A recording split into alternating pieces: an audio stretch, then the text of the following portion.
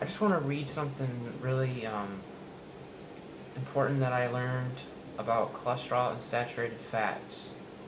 And this is off Dr. Ben Kim's website. It says here, undamaged cholesterol and saturated fats are needed by your body for many important functions. Although there are trace amounts of cholesterol in some saturated fats in plant foods, a strict vegan diet is typically low in dietary cholesterol and saturated fats, unless palm oil and or coconut oil are staples.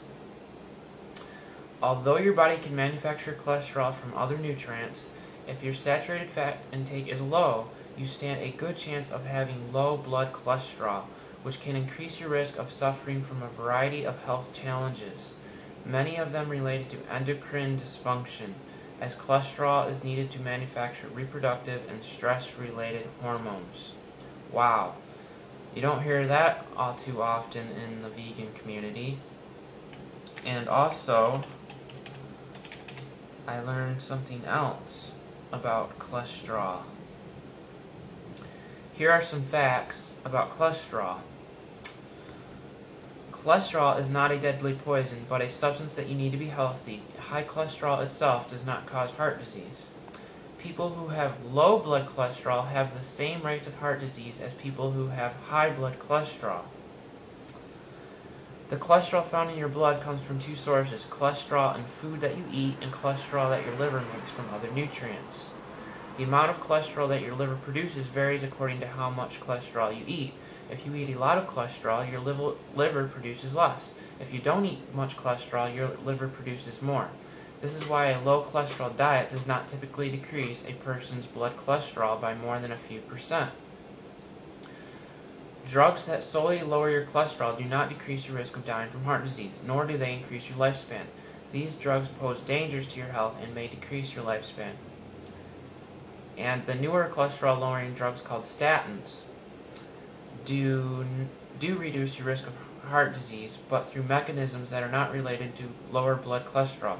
And alarmingly, statins like Lipitor, Mevacor, Zocor, Pravachol, and Lescol are known to stimulate cancers in rodents.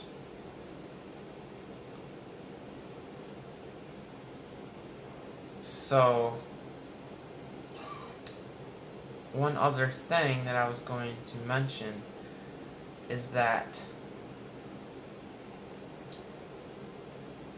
it's important that saturated fat and cholesterol are needed for many vital processes, and we need both in our diet to be healthy as possible. But the danger comes when we eat fats and cholesterol that have been damaged by heat, oxygen, and unnatural farming practices. Damaged fats and cholesterol can lead to injury to the walls of our blood vessels, promoting a buildup of plaque that heals the injured areas.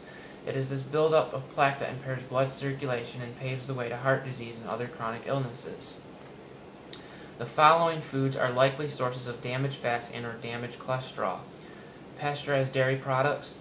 This includes cheese and ice cream that have been made from pasteurized milk, powdered milk, powdered eggs, meats that have been cooked at high temperatures, especially those that have been fried or deep fried, most vegetable oils, and all hydrogenated oils.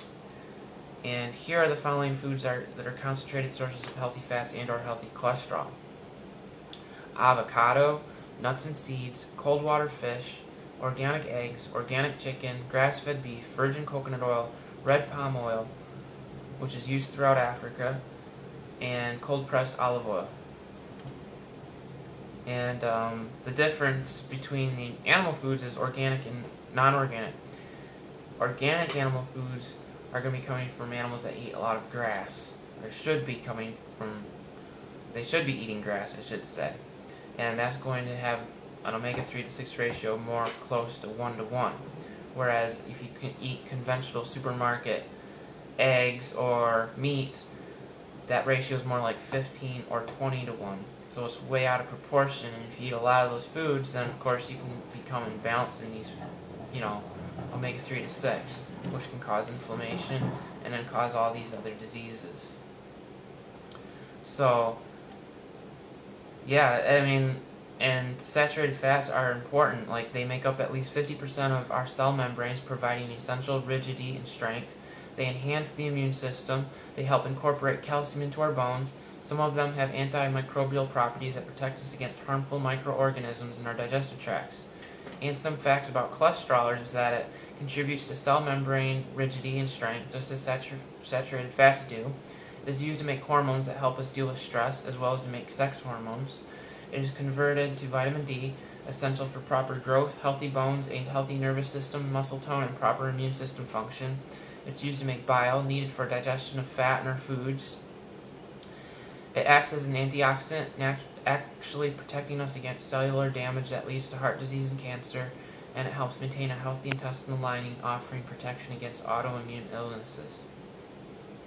So, saturated fat and cholesterol are really important. We need them. Our body's largely made up of these two important things. And the vegan community and fruitarians and raw vegans, nobody ever mentions the fact that having low cholesterol, people that have low cholesterol are at the same risk of getting a heart attack as people that have high cholesterol. So it's not as simple as having low or high cholesterol, but the important thing is that when you consume saturated fat or cholesterol, is it a healthy saturated fat and cholesterol that's undamaged? When it's undamaged, it's actually very beneficial for your body. And that's what people aren't telling you. And so that's a really, really important point, is that, just because you have low cholesterol, you can have increased risk of stroke and heart disease just as someone that has high cholesterol. And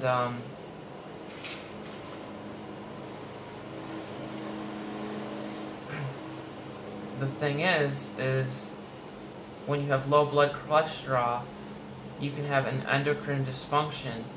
And if you look up endocrine dysfunction on Google, you'll find that it's important for like your hormones, your glands. It's really, really important part of your system or your body.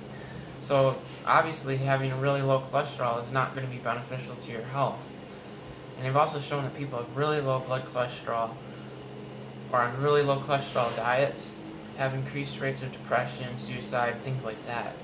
So I'm not saying just to go out and eat all this cholesterol and saturated fat. That's not what I'm saying. But what I am saying is that when you do consume saturated fat and cholesterol, make sure you choose those healthy forms. The healthy forms of saturated fat and cholesterol. From like avocado, cold water fish,